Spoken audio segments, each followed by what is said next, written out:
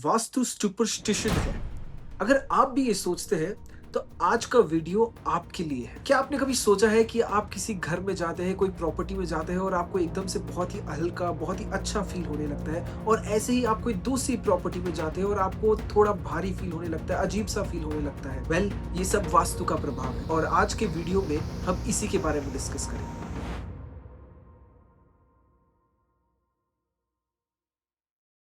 नमस्कार दोस्तों, मेरा नाम है अमन जैन और मैं अपने फादर की 25 साल की लेगेसी वास्तु, न्यूमरोलॉजी, एस्ट्रोलॉजी को आगे लेके जा रहा हूँ। मैं वास्तु के बीच में ही बड़ा हुआ हूँ। मेरे फादर डॉक्टर रविंद्र जैन 25 साल से वास्तु कंसल्टेशन कर रहे हैं। उनके करीबन 1500 स्टूडेंट्स हैं जो ऑल ओवर इंडिया में कंसल्ट कर रहे हैं। उन्होंने खुद ने करीबन 1 लाख लोगों से ज्यादा को कंसल्ट किया है और उनकी लाइफ को बेटर बनाया है। सो मेरा काम इस चैनल पे सिंपल है, आना है और वास्तु के बारे में समझाना है, आपके डाउट्स क्लियर करना है, वास्तु को सिंपल बनाना है और वास्तु की जो नेगेटिव पॉइंट ऑफ व्यूज है उनको सही करना है। तो आज हम शुरू से शुरू करेंगे, एकदम जीरो से। इस वीडियो के एंड तक आप समझ जाएंगे कि वास्तु क्या होता है, कैसे काम करता है और सबसे इंपॉर्टेंट, वास्तु क्या कर सकता है और क्या नहीं कर सकता है। सबसे पहले शब्द को समझेंगे। वास्तु संस्कृत शब्द वास से आता है, यानी निवास करना, रहना, और शास्त्र यानी विज्ञान। इसका सिंपल या लिटरल मीनिंग ये बनता है रहने की जगह का विज्ञान, द साइंस ऑफ ड्वेलिंग। ये कोई 50-100 साल पुरानी चीज नहीं है, बल्कि ये हजारों साल पुराना विज्ञान है जिसको हमारे ऋषि मुनियों ने लिखा है। वास्तु जो है अथर्व वेद में आता है और उसके बाद में मनसरा, विश्वकर्मा प्रकाश जैसे अलग अलग ग्रंथों में उसको और इंजीनियर करके और बेटर बनाया गया है। और ये सब कुछ सिर्फ थियरी नहीं है। सोचिए, आप किसी मंदिर में जाते हैं, किसी बहुत ही प्राचीन पुराने मंदिर में जाते हैं और आपको एकदम से बहुत एनर्जेटिक फील होने लगता है। ऐसा क्यों है? ये सारी चीजें वास्तु के हिसाब से बनाई गई थी। कहाँ से लाइट आती है, कहाँ से एयर फ्लो कितना रहेगा, कैसी हाइट रहेगी, किस तरीके से कौन सी जगह पे क्या चीज रहेगी, ये सब वास्तु के अंदर आता है। और जैसे ही आप एक अच्छे वास्तु कंप्लाइंट जगह पे जाते हैं तो आपको बहुत ही एनर्जाइज्ड फील होता है, बहुत ही अच्छा फील होता है। सिंपल शब्दों में अगर समझना है तो वास्तु दुनिया का सबसे पहला आर्किटेक्चरल गाइड है। बस इसमें बिल्डिंग के साथ साथ उसके अंदर रहने वाला इंसान की वेल बीइंग को भी डिजाइन का हिस्सा माना गया है। अब वो बात करता हूँ जिसके लिए ये वीडियो बना रहा हूँ।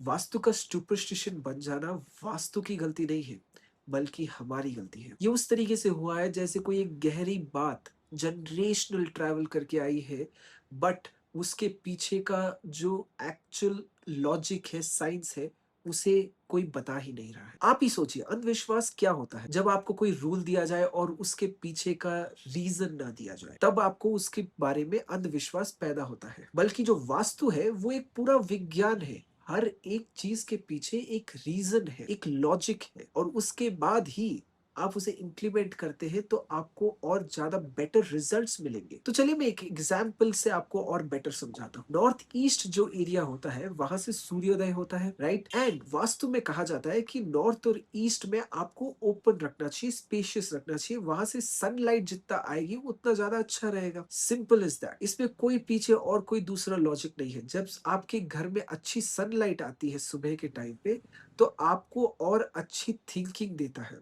ये एक साइंस प्रूवन चीज है कि सन मॉर्निंग की सनलाइट आपको एक better thinking, better decision making power, ये सारी चीजें प्रोवाइड कराता है। और उसके जो हेल्थ बेनिफिट्स है वो तो अलग ही है। और साउथ वेस्ट की जगह को ये कहा जाता है कि उसे पैक रखना चाहिए, कॉम्पैक्ट रखना चाहिए, वहां पे मास्टर बेडरूम होना चाहिए। ये क्यों है? बिकॉज वहां पे शाम की गर्मी आती है, शाम की रोशनी आती है, जो नेगेटिव एनर्जी का प्रभाव बढ़ा देती है। तो वो जितना पैक रहेगा तो ऑटोमेटिकली वैसी रोशनी आपके घर के अंदर नहीं आएगी, ऑटोमेटिकली आपकी सोच, नेगेटिव सोच नहीं आएगी। अब समझिए कि ये एक सुपरस्टिशन है या फिर ये एक डिजाइन है जिसके ऊपर आपकी सोच को, आपकी एनर्जी को डिफाइन करने की कोशिश की जा रही है। यही वास्तु का कोर है, यही वास्तु में हर एक चीज के पीछे लॉजिक है।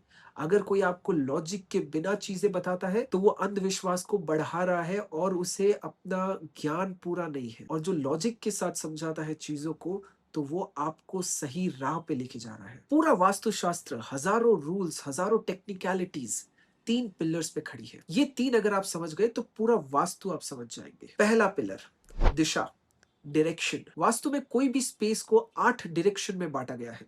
4 कार्डिनल, 4 कॉर्नर्स, और हर एक डायरेक्शन अपना एक कैरेक्टरिस्टिक, अपना एक प्रभाव लेके आता है, क्योंकि हर डायरेक्शन पे लाइट, हीट और एनर्जी फ्लो अलग अलग तरीके से काम करती है। ईस्ट से सनराइज, वेस्ट से सनसेट, साउथ से हाईएस्ट या मैक्सिमम हीट एनर्जी, नॉर्थ से स्टेबल मैग्नेटिक फील्ड की एनर्जी, ये अलग अलग डायरेक्शन अलग अलग वक्त पे अलग अलग तरीके से काम करती है, और उसके ऊपर हम आज बात कर रहे हैं। इसीलिए आपके घर का एंट्रेंस कौन से डायरेक्शन में खुलता है, आप कौन सी जगह पे अपना सर रख के सोते हैं, या फिर आपका किचन किस डायरेक्शन में है, ये सारी छोटी छोटी चीजें बहुत बड़े बड़े प्रभाव क्रिएट करती है। एक लाइन में अगर समझना है तो दिशा डिसाइड करेगी कि कैसी एनर्जी आपके घर, आपके स्पेस में किस तरीके से एंटर करेगी। दूसरा पिलर है पंच तत्व, यानी 5 elements, that is fire element, air element, water element, earth element और स्पेस एलिमेंट। वास्तु कहता है जैसे हमारी बॉडी पंच तत्वों से बनी है, वैसे ही हमारा घर के अंदर पंच तत्वों की एनर्जी काम करती है। अलग अलग डायरेक्शन अलग अलग तत्वों के ऊपर चलते हैं। जैसे नॉर्थ और ईस्ट के बीच में वाटर एलिमेंट, साउथ और ईस्ट के बीच में फायर एलिमेंट, साउथ और वेस्ट के बीच में अर्थ एलिमेंट,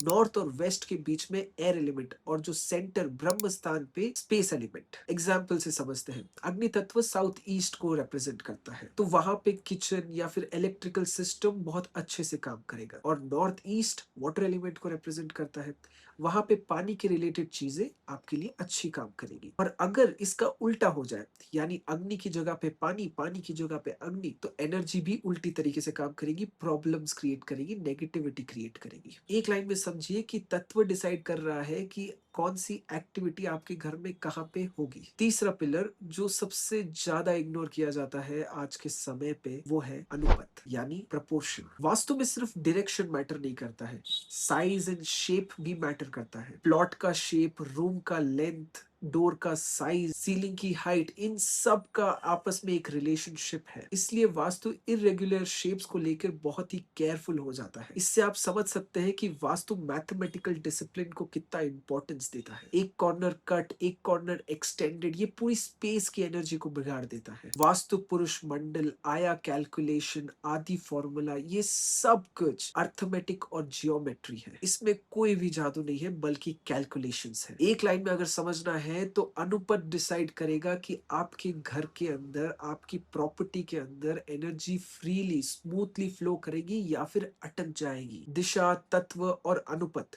ये तीन, और बाकी सारी हजारों फॉर्मूलाज इन्हीं के अंदर आते हैं। अब आते हैं इस वीडियो के सबसे इंपॉर्टेंट पार्ट पे, वास्तु क्या कर सकता है और वास्तु क्या नहीं कर सकता है। सबसे पहले वास्तु क्या कर सकता है। पहला, आपके स्पेस को आपके अकॉर्डिंग सेट कर सकता है। Better sunlight, better air, better sleeping direction, better flow of energy. दूसरा, वास्तु आपके डेली फ्रिक्शन को कम कर सकता है, जो आपको दिखता तो नहीं है लेकिन आपके ऊपर प्रभाव डालता है। नींद ठीक से ना आना, घर में बार बार टेंशन होना, या फिर काम पे फोकस ना होना। तीसरा, क्लैरिटी देता है। जब आपके घर का एनवायरनमेंट सेटल्ड होगा तो आपका डिसीजन मेकिंग पावर बढ़ जाता है, आपका डिसीजन मेकिंग एबिलिटी बढ़ जाता है, और जिंदगी के रिजल्ट्स डिसीजन से बनते हैं। चौथा, और ये सारी चीजें बिना तोड़फोड़ के की जा सकती है। मॉडर्न वास्तुशास्त्र में आज हम एनर्जी बेस्ड सॉल्यूशंस पे काम करते हैं। आपको कोई भी तोड़फोड़ करने की जरूरत नहीं होती है। अब बात करते हैं वास्तु क्या नहीं कर सकता है। एक, वास्तु आपकी मेहनत को रिप्लेस नहीं करेगा। परफेक्ट वास्तु के घर में बैठकर भी अगर आप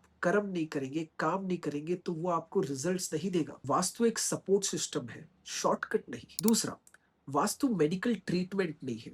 अगर आप बीमार हैं तो आपको डॉक्टर के पास जाना पड़ेगा, बट यस, वास्तु ये जरूर इंश्योर कर सकता है कि आपके घर का एनवायरनमेंट ऐसा हो जाए कि आपको हीलिंग एनर्जी बढ़ जाए, और साथ ही साथ आपके घर के अंदर फ्यूचर में कभी कोई बीमारी बड़ी तौर से ना आए। तीसरा, वास्तु आपके पुराने कर्मों को फिक्स नहीं कर सकता है। वास्तु आने वाली कठिनाइयों में आपको डिसीजन मेकिंग पावर बढ़ा देता है, जिससे आप अपनी एनर्जी से, अपने प्रोटेक्टिव शील्ड से उन नेगेटिव एनर्जी को दूर कर सके, और साथ ही साथ उनको फेस कर सके। वास्तु पर काम करना स्मार्ट है, पर वास्तु पे ही सब कुछ डाल देना ये गलत है। वास्तु को ऐसे समझिए, ये हेडविंड को टेल विंड में बदलने का काम करता है। चलना आपको ही पड़ेगा, लेकिन हवा का डायरेक्शन आपके अगेंस्ट है या आपके साथ है, फ़र्क तो ज़रूर पड़ता है। अगर ये सारी चीज़ें आपको समझ आ गई है तो आप वास्तु को 90% लोगों से ज़्यादा समझ गए हैं, जो सिर्फ़ रूल्स को फ़ॉलो करते हैं और उसके पीछे जो लॉजिक है उसको नहीं समझते हैं। इस चैनल पे मैं हर हफ्ते ऐसे ही और वीडियोज़ लाने का प्रयास करूँगा। अगर आपको कोई भी डाउट, कोई भी क्वेश्चन हो तो आप कमेंट करके बता सकते हैं, और अगर आपको मेरा समझाने का तरीका अच्छा लगा हो तो ज़रूर लाइक और कमेंट कीजिएगा और ज़रूर शेयर कीजिएगा, सब्सक्राइब कीजिएगा, हमारे इस चैनल को हमको ग्रो करने में हेल्प कीजिएगा। धन्यवाद, थैंक यू वेरी मच, नमस्कार, जय जिनेंद्र।